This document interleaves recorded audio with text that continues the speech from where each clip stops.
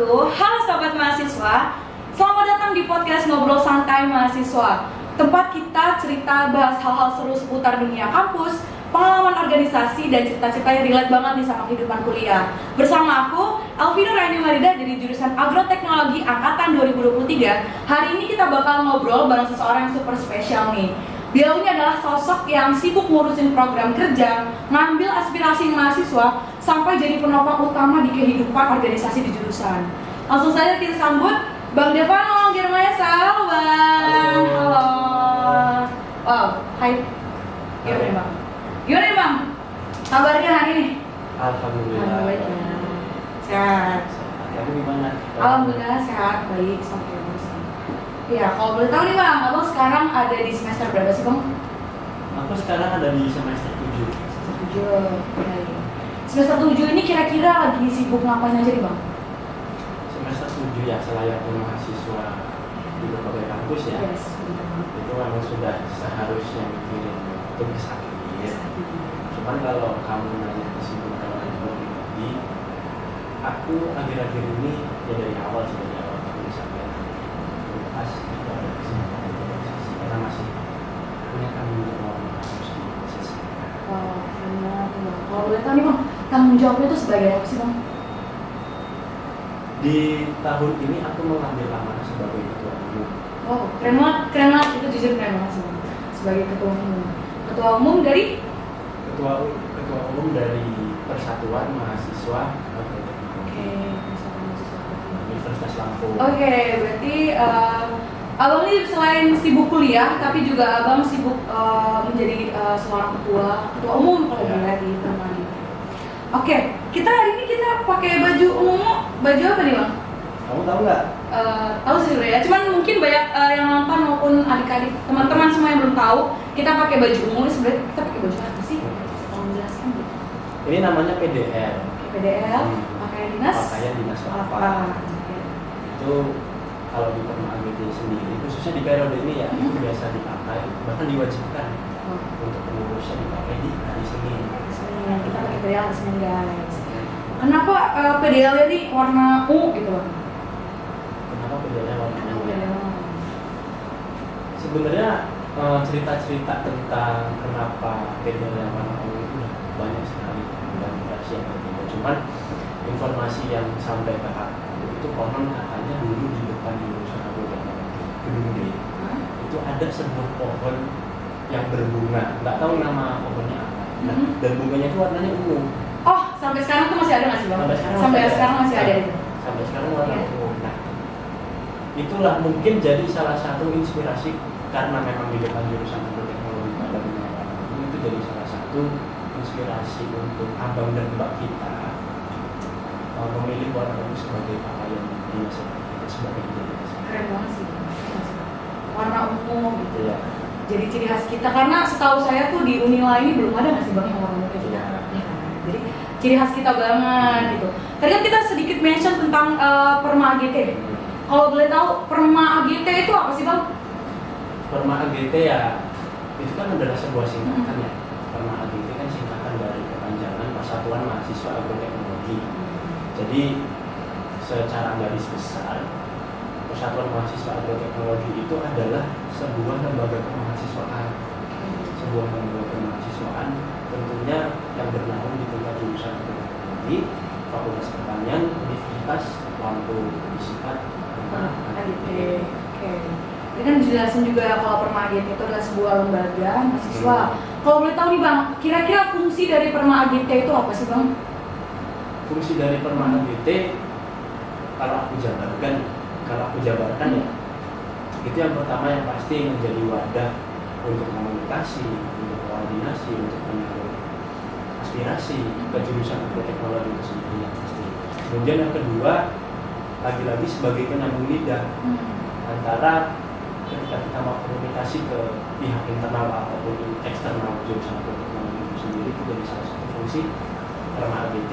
Kemudian menjadi wadah untuk menyalurkan minat dan bakat mahasiswa agroteknologi itu sendiri. Dan yang terakhir nih yang paling penting itu adalah sebagai kita Perma AGT itu berfungsi untuk menjalin kemitraan dan menyalurkan aspirasi masyarakat, terutama dalam bidang pertanian.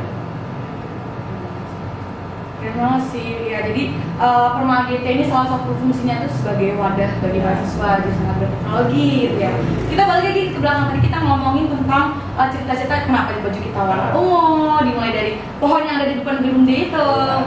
Sekarang kita bahas nih, kalau ngomongin sejarah dan perkembangan, kalau dari Perma AGT itu sendiri dibentuk itu karena apa sih Bang? Dibentuk karena apa? Sejarah. Karena sejarah yang dibentuk. Yang pasti Perma AGT itu berdiri kan karena ada jurusan teknologi itu sendiri. Kalau bicara karena apa, yang pasti fungsi yang tadi sudah dijelaskan itu yang sudah menjawab kenapa dibentuknya. Cuman kalau mau kita menoleh sejenak ke belakang, kita tentang berdirinya. Itu Perma AGT didirikan pada 19 Oktober 2008. Yang mana pada tahun ini, tahun 2025, tepatnya di 19 Oktober kemarin itu Perma AGT berusia ke 17, sweet 17 guys. Ya, oke. Nah, sampai saat ini pula Perma AGT itu memiliki struktur kepengurusan. Yang pertama ada ketua umum. Abang sendiri tuh kalau bener kan ya. Kemudian ada sekretaris umum, kemudian ada bendahara umum, dan ada 6 bidang. 6 bidang apa aja tuh Bang? Yang pertama ada bidang kaderisasi. Yang kedua? Kemudian yang kedua ada bidang penelitian dan pengembangan keilmuan. Litbang.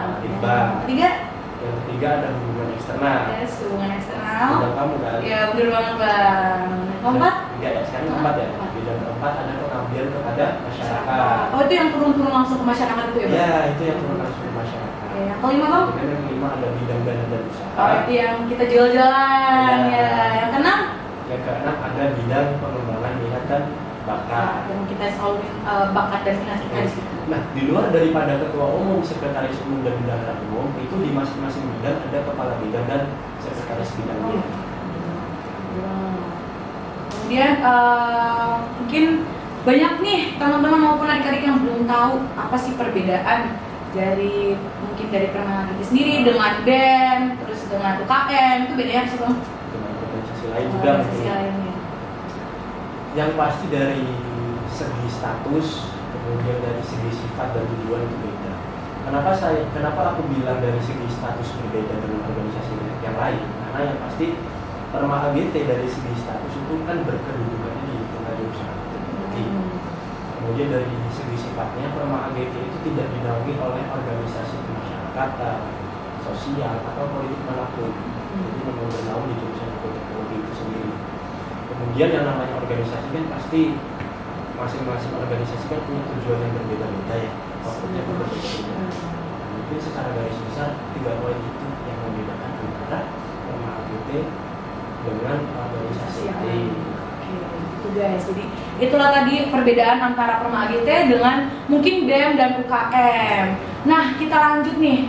Perma ini kan ibaratnya sebagai rumah bagi mahasiswa agroteknologi kan. Pasti banyak banget nih program dan kontribusi yang udah berjalan terkhusus buat jurusan. Menurut Abang nih, peran Perma AGT yang paling penting untuk mahasiswa jurusan itu apa sih Bang? Peran Perma AGT ya? Karena gini nanti, Perma AGT kalau menurut kita kan bukan cuma sebagai organisasi aja, tapi lebih ke sebuah ekosistem pembinaan ya. Jadi Perma AGT berperan ya untuk membentuk karakter daripada mahasiswa itu sendiri. Itu di luar daripada akademik ya. Di luar daripada akademik yang pasti ya, Perma AGT itu berperan penting dalam pembentukan pribadi masing-masing mahasiswa. Nggak cuma akademik doang nggak sih Bang kita? Di Perma AGT kita belajar juga tentang non-akademiknya. Jadi kita seimbang antara akademik dan non-akademiknya gitu. Untuk periode kepengurusan Abang sendiri nih, apa program apa yang menjadi unggulan gitu, yang menjadi highlight dari Perma AGT sendiri? Yang menjadi highlight ya? Sebenarnya Perma AGT di periode kepengurusan ini terbilang menjalankan program kerja terbilang banyak lah. Cuman karena pertanyaannya apa yang menjadi program unggulan, aku katakan program yang unggulan itu adalah Bina Desa. Oh, keren. Bina Desa itu ngapain aja Bang? Nah, mungkin aku jelasin dulu ya kenapa aku katakan Bina Desa sebagai boleh. Karena yang pertama yang pasti kalau bicara soal organisasi itu berdiri yang pasti salah satunya atas dasar tridharma perguruan tinggi. Nah, salah satu tridharma perguruan tinggi itu adalah pengabdian kepada masyarakat. Oke. Nah, di luar daripada tridharma perguruan tinggi, tujuan daripada Permata ITB itu kan yang tadi kita obrolin ya, itu kan kita sebagai penyambung aspirasi ya, sebagai penyambung aspirasi terhadap permasalahan yang terjadi di masyarakat, khususnya di bidang pertanian, benar banget. Oke, kembali lagi ke Bina Desa. Aku katakan kenapa Bina Desa itu jadi salah satu program unggulan khususnya di periode ini karena kita langsung terjun langsung ke masyarakat gitu ya sih. Di luar daripada tupoksi yang kita berikan kan kita berasaskan tridharma perguruan tinggi dan tujuan dari program itu sendiri. Bina Desa itu jadi salah satu. Kalau Bina Desa itu ada dinaungi oleh bidang apa gitu nggak sih Bang? Ada. Ya, bidang apa tuh Bang? Jadi Bina Desa ini dinaungi atau ditanggung jawabi oleh salah satu bidang di Permata ITB, yaitu bidang pengabdian kepada masyarakat. Karena bidang itu yang mungkin bidang yang salah satu bidangnya turun langsung kepada masyarakat, benar banget kan Bang? Kegiatan Bina Desa ini kira-kira ngapain aja sih Bang?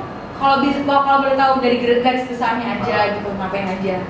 Secara garis besar, nah lagi-lagi kembali ke tujuan Permata ITB, karena kan kita menjadi kemitraan sosial masyarakat ya. Jadi di periode ini dan periode sebelumnya, khususnya periode ini ya, itu Permata ITB sendiri itu menjalin kemitraan dengan salah satu desa yang ada di negeri Batam. Oke, apa nama desanya tuh Bang? Itu namanya Desa Pejambon. Desa Pejambon. Nah di Desa Pejambon tuh teman-teman dari bidang pengabdian masyarakat tuh Bina Desa ngapain? Sebenarnya Bina Desa itu kan acara puncaknya ya. Nah tapi sebelum daripada kita melaksanakan acara Bina Desa, nah disclaimer-nya Bina Desa itu nggak bisa hanya dilakukan sehari atau 2 kali aja. Oh, jadi perlu tahapan-tahapan. Jadi memang gitu. benar-benar berkesinambungan. Karena setelah kita dilantik pada saat itu bidang pengabdian masyarakat langsung terjun di Desa Pejambon. Dengan tujuan ya untuk mencari tahu dan analisis kira-kira permasalahan apa nih yang bisa kita selesaikan khususnya di bidang pertanian ya. Itu secara rutin hampir tiap minggu bidang pengabdian masyarakat terjun langsung mencari tahu kira-kira masalah apa aja yang ada di Desa Pejambon khususnya di teman-teman. Nah, kemudian ketika udah waktunya kira-kira permasalahan kira-kira udah ketemu, nah, kemudian kita selesaikan di acara Bina Desa tadi itu. Berarti Bina Desa tuh benar-benar harus dilakuin secara bertahap biar kita nemuin masalahnya. Permasalahan di bidang pertanian khususnya di desa itu apa? Dan barulah acara puncaknya itu di Bina Desa itu. Oke. Pastinya kan kalau misalkan Perma ini bakal ngasih dampak yang baik bagi mahasiswa, tentu kan? Ya kalau menurut sudut pandang Abang sendiri nih, dampak apa sih yang Abang dapat nih dari Perma itu sendiri? Dampak pribadi? Dampak masyarakat atau dampak pribadi? Boleh dijelasin dampak masyarakat dan dampak Abang pribadi. Mungkin untuk dampak Abang pribadi dulu deh. Gimana nih? Abang ikut Perma gitu, apalagi sebagai ketum, dampaknya apa sih buat Abang pribadi? Permata ITB itu kan selalu kita mungkin dari kami juga pernah istilah bahwasanya ya kan? Benar banget. Karena ya secara dalam sebenarnya yang menjadi nama Permata ITB itu jadi ruang bertumbuh ya seperti yang tadi kita obrolin lah. Permata ITB itu kayak bukan sebagai organisasi lagi, bukan sebagai organisasi aja gitu, tapi memang Permata ITB itu ekosistem pembinaan. Jadi orang-orang yang ada di dalamnya itu mau tidak mau masuk ke dalam ekosistem yang mana di dalamnya itu terdapat pembinaan karakter organisasi masing-masing.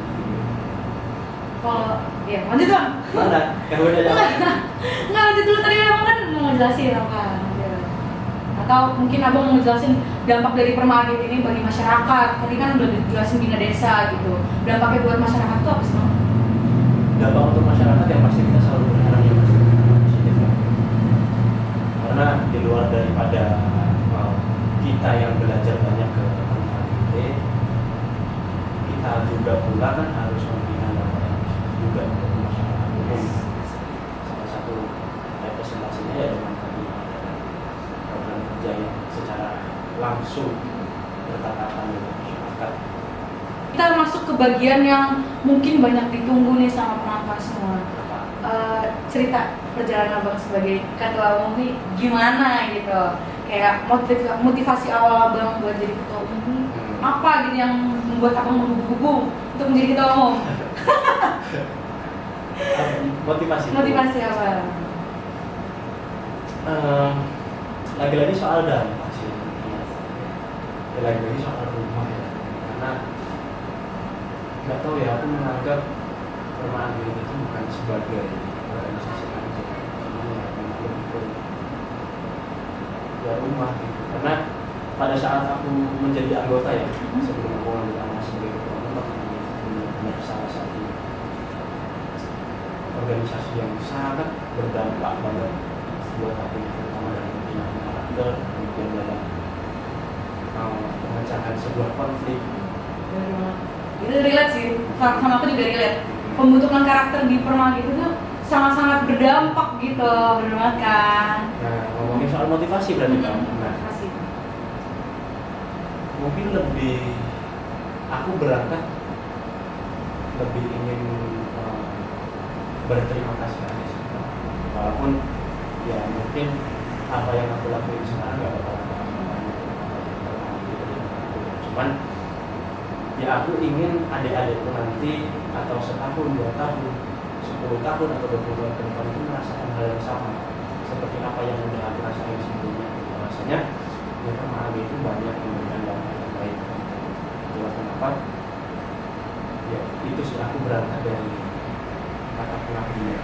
Artinya aku ingin setahun atau 2 tahun ke depan atau bahkan 10 tahun ke depan adik-adikku merasakan hal yang sama atas apa yang pernah aku rasakan. Permagit yang diberikan aku.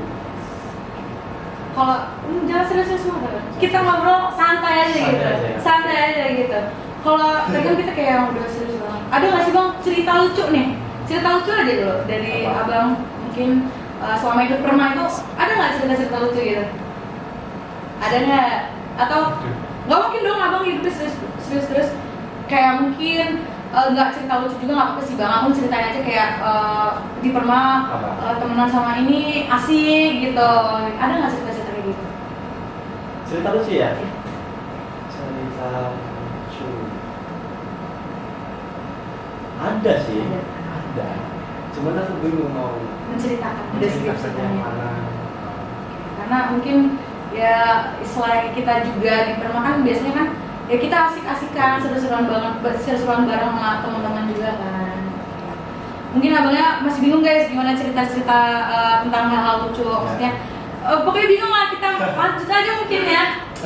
Tadi setiap jabatan itu kan pasti punya tantangan kan. Kira-kira abang sebagai ketua umum adakah tantangannya? Pasti ada. Bisa diceritakan? Ada, pasti ada. Tantangan terberat ya dari sudut pandang gue itu lebih ke pengelolaan sumber daya manusia. Karena ya seiring berjalannya waktu, seiring berjalannya organisasi, yang namanya penurunan apa ya, penurunan kemampuan, apa istilahnya? Penurunan minat mungkin. Iya. Penurunan minat dalam organisasi seiring berjalannya waktu itu pasti menjadi nggak naif ya. Iya, benar. Mungkin di organisasi manapun pasti ada. Itulah kenapa aku sebutkan bahwasanya salah satu tantangan dalam mengambil amanah sebagai pimpinan khususnya itu ya mengelola sumber daya manusia, karena banyak loh, terutama kita kan ya, kita udah akademisi, Akademi. bilang 1 bulan lagi gitu. Ternyata seiring berjalannya waktu kok mau demis, mau lagi kok ada penurunan minat, artinya penurunan semangat lah. Penurunan semangat itu yang jadi salah satu tantangan buatku ya sebagai pimpinan untuk mengelola diri sumber daya manusia supaya supaya ya sebagai pimpinan bahwasanya apa yang sudah kita mulai harus diselesaikan. Kalau harusnya kalau udah mau demis tambah semangat sih bang, ayo cepet selesai. Harusnya kayak gitu nggak sih bang? Iya kan. Cuman ya ini kayaknya jadi permasalahan di semua organisasi. Iya sih benar sih, itu bahkan relatable sama organisasi-organisasi lain mungkin. Oke, jadi leadership itu kan bukan soal kepemimpinan atau memimpin doang, tapi juga membangun keluarga dalam organisasi. Kira-kira strategi apa yang abang lakukan untuk menjaga kekompakan nih untuk kita anggota, biar tetap kompak, biar tetap solid itu gimana? Nah, masing-masing pimpinan itu sudah pasti ada yang namanya visi misi. Nah, visi misi yang aku bawa untuk AGT di periode ini salah satu poin yang bisa kita highlight itu adalah kedekatan emosional. Tadi kamu nanya soal strategi apa yang abang lakukan? Itu sih yang kita highlight, kedekatan emosional. Artinya sebagai pimpinan ya mau nggak mau harus mencapai kedekatan emosional tersebut kan? Karena aku percaya bahwasanya ketika kedekatan emosional antar pengurus ya, entah itu pimpinan dengan anggota, entah anggota dengan anggota, ataupun pimpinan dengan pimpinan, ya sama pengurus ya, ketika kedekatan emosional sudah terjadi, maka ketika ada program kerja yang harus dijalankan itu pasti sudah pasti dia legowo. Karena ketika kedekatan emosional sudah terjadi, ternyata ya nggak hanya organisasi aja yang diobrolin gitu. Ketika misal aku sama kamu, kedekatan emosional kita udah terjadi lah.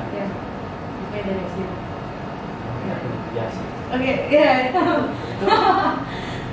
Nah kembali lagi ke yang mungkin hal-hal menarik apa yang tadi kamu nanyain kan? Plot twist. Nah itu sih. Nah itu sih mungkin lebih ini sih, lebih ternyata di Perma AGT itu kalau memang kedekatan emosional yang udah terjadi, yang diceritakan itu ternyata nggak cuma saja. Ternyata soal asmara, soal percintaan, soal kehidupan, soal keluarga itu diceritakan. Nah, dampak dari ketika kita sudah terjadi kedekatan emosional itu timbullah kepercayaan dan komitmen. Artinya ketika kita udah saling sama-sama percaya, udah saling sama-sama komitmen, ketika kita mau menjalani sebuah program kerja ya udah all out aja, nggak hitung-hitung kerjaan. Gitu. Tadi ngomongin plot twist, kita ada sedikit plot twist. Nah itu mungkin ya teman-teman, aku sama bos ini sebenarnya udah kenal dari SD. Itu plot twist banget ya. Setelah sekian lama kita ngobrol bertemu, kita bertemu di sini. Sekarang ini ada kelasku SD, SMP bisa. Semua kan abang jauh. Ya, kita ketemu lagi di kuliah di satu jurusan. Dan sekarang dia jadi bos. Ngobrol lagi ini kayak gitu, kayak aneh gitu, tapi seru banget sih ngobrol sama abang. Kita jadi tahu gitu kalau gimana sih awal mulai dari Perma AGT, cita-cita dari abang juga. Nah, terakhir nih bang, harapan? Gak sih mas, terakhir. Emang mau lanjut lagi kita? Ya seru banget nih. Ya kamu ada di obrolan. Nah, ini harapan abang khususnya buat kedepannya, buat mungkin buat Perma, buat teman-teman mahasiswa jurusan kita, harapan abang gimana? Harapan ya? Agak dalam sih ya. Wow, boleh. Karena sampai sekarang aku nganggep Perma AGT itu punya aroma. Wow. Jadi aku ya berharap bahwasanya selama Perma AGT itu pasti aku ini tidak pernah dan jangan sampai. Jadi aku berharap siapapun nanti yang meneruskan dia ini ya jangan baru sebagaimana mestinya ya. Artinya ruh yang berdasarkan dengan landasan bahwasanya Perma AGT itu ya menjadi wadah mahasiswa diri, menjadi penyambung aspirasi antar masyarakat, khususnya di pertanian, itu tetap terjaga harapannya. Ya nggak muluk-muluk ya, nggak muluk-muluk, harapanku ya tupoksi daripada permainan itu sendiri berjalan selalu. Deep banget, deep banget. Ya. Kali ini bener ya, deep banget. Kali ini bener kayak pesan abang nih buat mungkin mahasiswa-mahasiswa agroteknologi yang dia takut gitu buat ngambil peran di organisasi. Gimana pesannya? Ini dia takut, nggak mau ikut organisasi, ya mau kayak temen gitu. Gimana? Nah, percaya, jadi aku nggak ada lewat kamu sih. Boleh. Ya udah. Nah, percaya teman-teman, di luar daripada kita yang harus memberikan dampak ke masyarakat luas, percayalah organisasi itu yang nggak naif. Organisasi itu adalah tempat kita belajar. Jadi kalau dari teman-teman mau ngambil peran krusial ya, sebagai pimpinan itu, ya nggak masalah gitu. Karena ya memang selainnya organisasi adalah tempat belajar bagi kita. Karena nantinya ketika teman-teman sudah mengambil peran di organisasi itu banyak sekali perubahan di diri teman-teman sendiri. Karena aku pernah dengar dari seseorang, untuk menjadi sebuah pimpinan itu merupakan sebuah proses psikologis yang panjang. Wow. Gitu. Itu keren sih. Artinya apa? Karena artinya ketika kita sudah jadi pimpinan atau mengambil peran di sebuah organisasi, itu banyak sekali psikologis kita yang diombang-ambing lah. Kayak seakan-akan ini pokoknya gue mau kebentuk Yes. Berarti jangan takut guys buat nyoba masuk ke dalam organisasi nggak dulu. masalah, karena di luar daripada kita yang harus memberikan dampak ke masyarakat luas atau ke halayak umum. Organisasi itu tempat belajar. Nggak belajar di organisasi tempat belajar, jadi nggak usah takut untuk mengambil peran sosial, karena disitulah kamu akan melakukan.